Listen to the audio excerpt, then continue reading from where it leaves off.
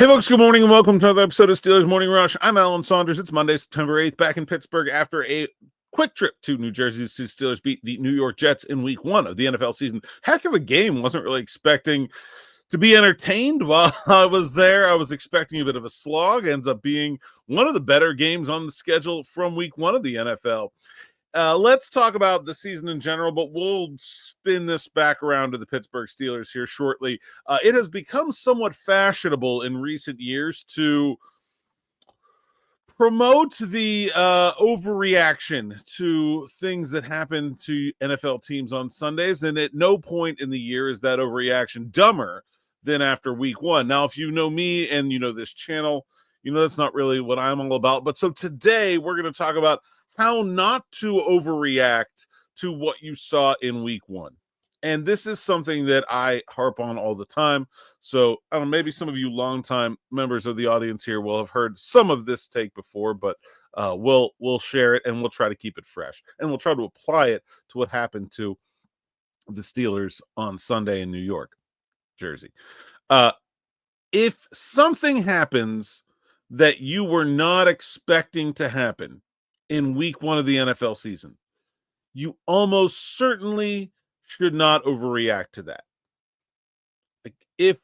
Do we think the Cincinnati Bengals are suddenly only going to average 17 points a game with Joe Burrow, Jamar Chase, T. Higgins, and their whole collection of offensive talent? Chase Brown had one of the touchdowns.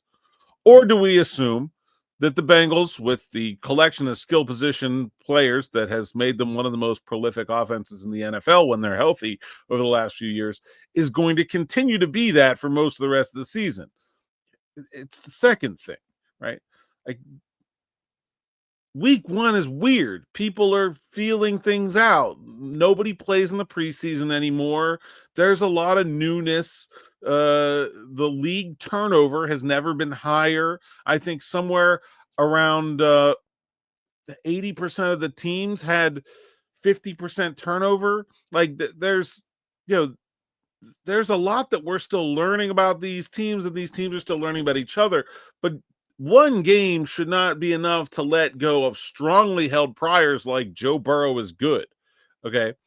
Like, no one should think if you have Joe Burrow on your fantasy team, like me, and he scored 10 points for you, like me, don't bench him this week. Like, that's dumb. That's a silly overreaction. We've watched Joe Burrow play for a really long time, and we know he's pretty darn good, and his receivers are probably the best in the NFL.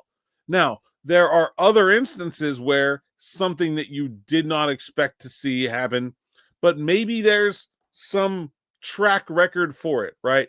Like, that's where you, like, if you saw what happened to Broderick Jones with the Pittsburgh Steelers, we've talked on this channel a lot all offseason about how the big question mark with this team, the biggest variance between possible outcomes, high and low, was at the offensive tackle position. And I think we saw a low variance outcome. We saw, that looked about as bad in pass protection as Broderick Jones can be. Will McDonald took his $1.50 for lunch and then some. Does that mean Broderick Jones is going to be that bad all season? No, but that was already an area where we had reasonable concern. Broderick Jones has not shown that he can do that. That he can do better than that. It was his first NFL game at left tackle. It's reasonable to assume he'll get better as time goes on, but will he be good enough? I don't know. We haven't seen him do it. There's no reason for me to sit here and say, oh, that's an overreaction, because I don't think it is. Like, that it is possible that the Broderick Jones draft pick and experiment with Broderick Jones at left tackle will not work out. We have not seen him work out. We have seen Joe Burrow be great, and we have seen individually all of the members of the Pittsburgh Steelers defense be great. People are freaking out because the Steelers run defense didn't look very good in week 1. I would not worry about that. I'm not worried about that. I think that's an overreaction. I think they'll be good as soon as next week. They have too many players who have been too good at that area for too long to be bad at it. I'm not saying they're going to shut down the Baltimore Ravens. They are a wagon. You watched Sunday Night Football. I don't know how the Bills won that game, but it certainly wasn't because they ever stopped Lamar Jackson and Derrick Henry until Eric Henry fumbled. That was the only that's the reason the Bills won the game. But they certainly couldn't stop him. The individual pieces have been good, and they've been good together. Now, are they going to get better when Derek Harmon gets back? Absolutely. But they got better in this game too. Like that's it. Like if you watch this game, the first half dreadful. Just some of the worst tape I've ever seen the Steelers put down against a team that is not good. Like, let's be perfectly clear. I mean, Justin Fields is a talented runner. Breece Hall is a talented runner. But the offensive line is bad and beat up and playing out of position. And this should have been a game where the Steelers dominated the line of scrimmage, and they were dominated at the line of scrimmage.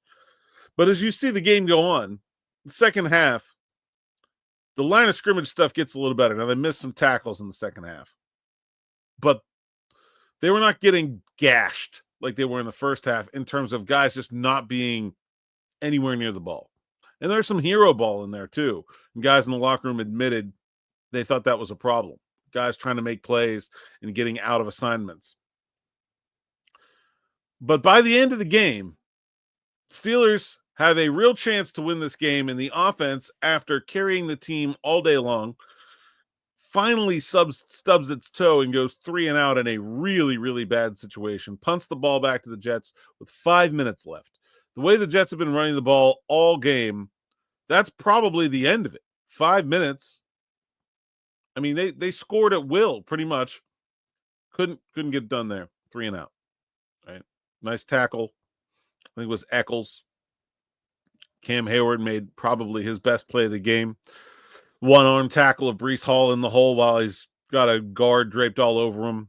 And then Chuck Clark comes off the edge to get to Justin Fields. They showed they can be better in that game. We thought they would be not just better than that, but maybe great coming into this season. So there's no reason to think that they're going to be that bad going forward, or that anything drastic needs to be done to keep them from being that bad going forward. Just roll the ball out there and they'll be fine. I really don't think you should worry about the Steelers' run defense at all. Now, like I said, I don't know if they have an answer for the Baltimore Ravens. I don't know that anybody has an answer for the Baltimore Ravens, but I think they'll be fine for most of the rest of their opponents, and I think they'll especially be fine against a not very dynamic run game in the Seattle Seahawks and the New England Patriots and the Minnesota Vikings and the Cleveland Browns and the Cincinnati Bengals over the next 5 weeks. Like, I would not worry about that at all.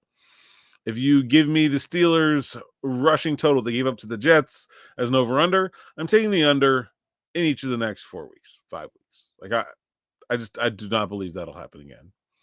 And I think that's the reasonable way to look at things because of the track record, the history, and our priors. Do not let go of your priors for one game in a 17-game season, especially the first one.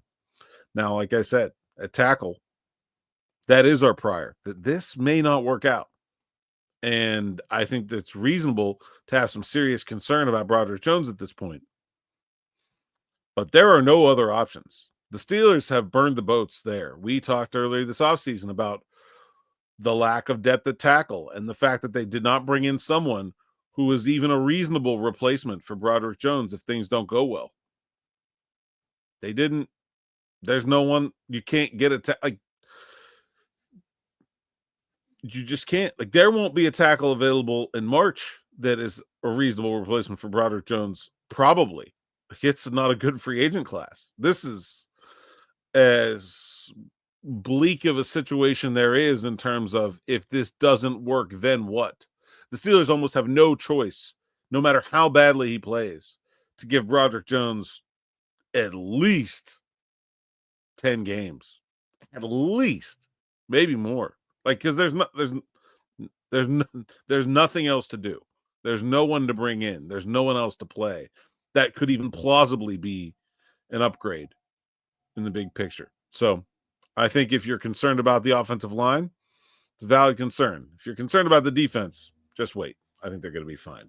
All right, that's all I got for this morning. We've got an open locker room on the South Side this afternoon. I'm headed down there. I'll be back with more on this channel with Smitty on Afternoon Drive. just about 6 o'clock. So stay tuned for that. Like, subscribe, hit that bell for notifications here on the YouTube channel. And as always, go to SteelersNow.com. Check out the written work. If you are an SN Plus member, you'll have some notes from the road coming up here this morning. Excited about that as well. So go check that out or sign up for SN Plus in the membership tab on the right side of the homepage. Till next time, thanks for listening. Thanks for watching and enjoy.